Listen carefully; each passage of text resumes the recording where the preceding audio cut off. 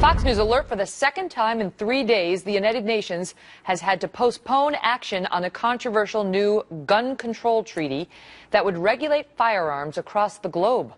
That treaty would create international standards for importing and exporting conventional weapons. It is backed by President Obama, which is a reversal from the policies under President Bush. But our next guest says that these UN rules could fundamentally change American gun laws and threaten our Second Amendment rights right here at home.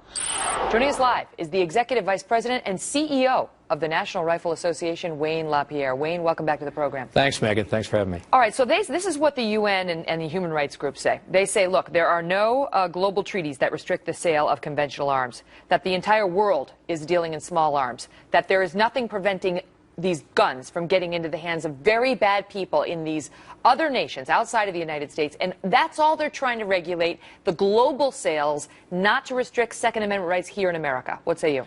Well, we've continually tried to exempt civilian firearms in the United States. They refuse to do any of that. What do you mean? What do you mean by that? We've tried to have them exempt all civilian firearms. So write that into the treaty. Rifles, shotguns, handguns, they refuse to do any of that.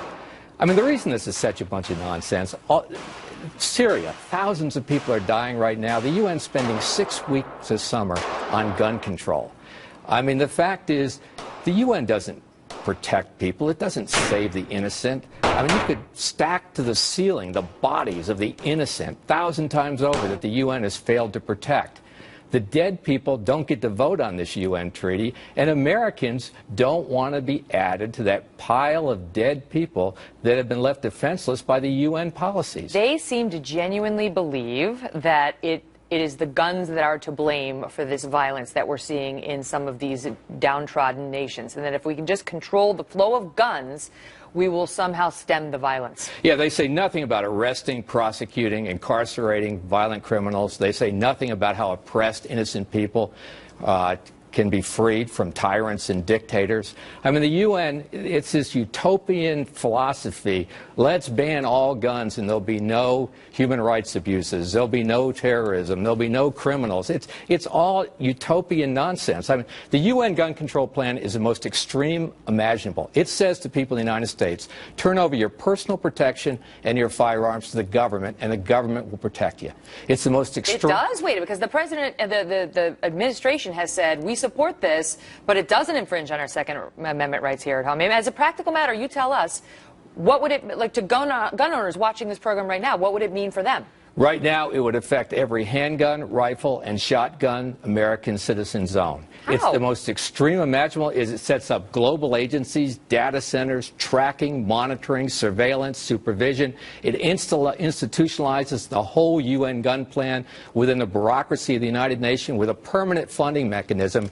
And included in this gun plan is implementation legislation that they are going to press for the United States to adopt. And the NRA, we already have 58 senators that we've worked with to say they'll oppose this, a majority of the House of Representatives. And the NRA's position is we are not going to let this be adopted in the United States. And I hope every American citizen joins the NRA as an act of defiance to this UN plan. But they are, when they talk about promoting this, they talk about how it's about the global arms sales. And if anything, they'll just be regulating the weapons manufacturers here in the United States to be more open and transparent about to whom they're selling outside of the country, not so much domestic sales. That's simple. They may say that. It's simply not the case. They have consistently refused to exempt rifles, shotguns, handguns owned by American citizens. They won't even exempt sporting firearms. The fact is, this affects every single firearm. That's their philosophy. The government gets the guns, not individual citizens. And the ironic thing, Megan, you look at most of the killing that's been done over the years, it's been done by governments in that club. Russia, Soviet Union, China, North Vietnam, Korea, Uganda, Rwanda. I mean, go down the list. Do they support this UN treaty? Yeah, I mean, the world's worst human rights abusers are voting for this treaty. The last time Iran offered the proposal, Syria's going to vote for it. Cuba's going to vote for it. I mean, it's such nonsense. Who's going to enforce it? I mean, obviously it's not, I mean, the odds of it being approved here in the United States, not so good, right? Well, it's going to sit out there for years like the Kyoto Treaty. They'll have a permanent funding mechanism to try to implement this. They're already scheduling conferences up to 2018, most of which are being paid for by UN taxpayers. This is a bunch of nonsense. The American needs to know how bad it is. And I'll tell you this. If the glass breaks in your house at 2 a.m., the baby blue helmets of the UN are not going to save anybody. There's not a government or an authority on the planet that's going to save a citizen if they're in that situation. What will save them is the American constitutional right to own a firearm. I always say guns are just like lawyers. Everybody dislikes them until they need one, right? Not everybody, but I would say a lot of people. It's a great freedom.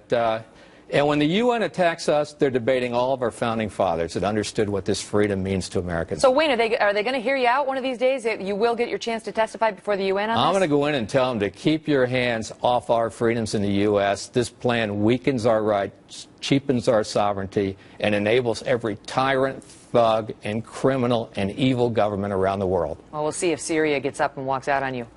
Wayne. They're going to vote for it. Thank you very much for being here. Thank you, Megan.